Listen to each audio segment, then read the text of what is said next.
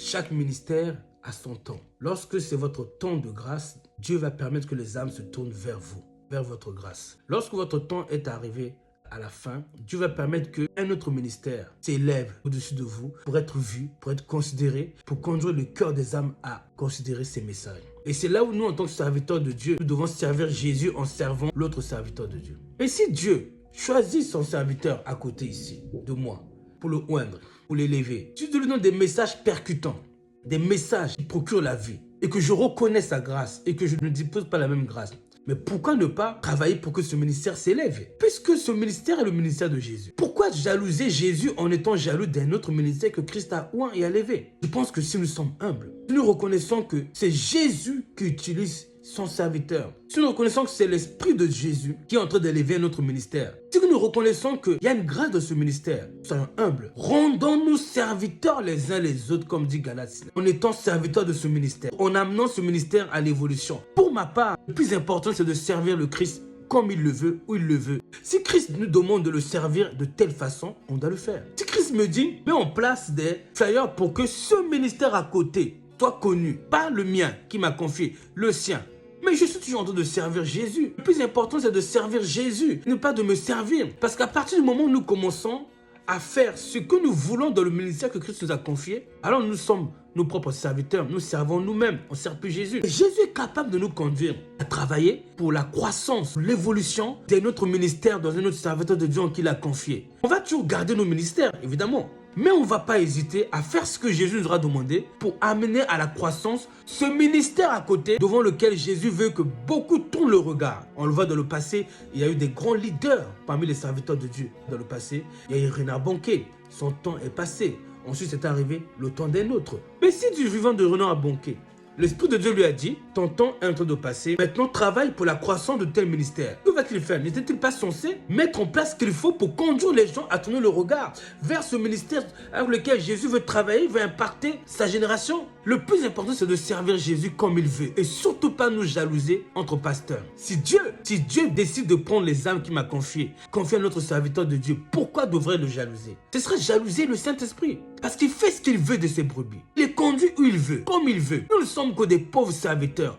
Il est là pour le servir du temps qu'il nous a loué, qu'il nous a mandaté, qu'il nous a embauché. Et quand l'heure de la retraite arrive, acceptons aussi la retraite.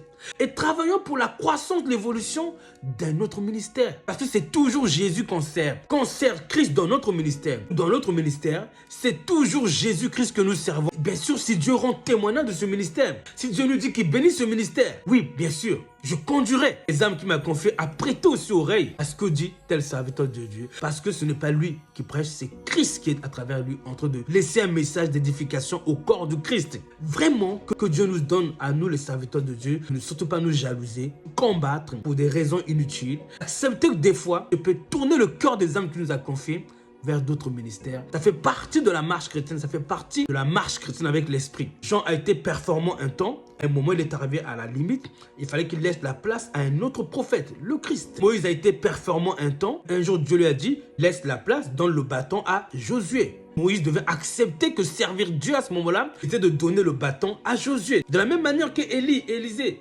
devait accepter que l'heure est arrivée de donner le bâton à Élisée. Donc, ayons l'esprit de Moïse qui, quand il a vu Dieu lui dire, tu ne rentreras pas à Canaan, que ton temps s'arrête ici, tu vas faire l'adorateur. La Bible dit nous rendons grâce à ton toutes circonstances. On doit dire Seigneur merci car tu m'as appelé pendant un temps, tu m'as utilisé. Maintenant tu veux continuer ton ministère en un autre. Seigneur, je suis tout disposé à te servir en lui. S'il faut m'humilier pour le servir ou pour te servir en le servant, amen. Le plus important c'est que nous servons Jésus. Si servir Jésus revient à servir un autre pasteur, un autre serviteur de Dieu, ça revient à le servir, alors le plus important, c'est qu'on sert Jésus, qu'on accepte de servir Jésus de la façon dont il nous demande de le servir. C'est très important pour nous, serviteurs de Dieu, de comprendre ces choses. Nous ne sommes pas éternels. Dieu nous appelle pendant un temps et un temps passe. Mais des moments, Dieu appelle un serviteur de Dieu pendant un temps. Et quand la lumière de sa grâce, son influence commence à s'éteindre, et celui-ci jalouse les autres serviteurs de Dieu autour de lui, dont la lumière commence à croître. Non. Ce n'est pas l'esprit de Jésus.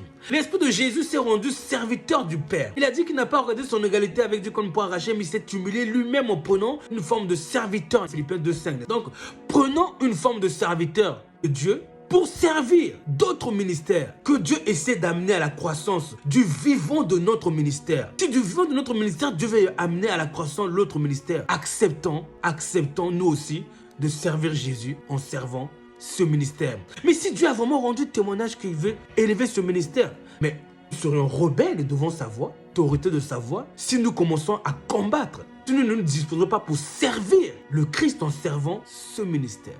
Ce message te parle, homme de Dieu, servant de Dieu. Entrons en nous-mêmes et apprenons à être humbles. Dieu va nous utiliser pendant un temps.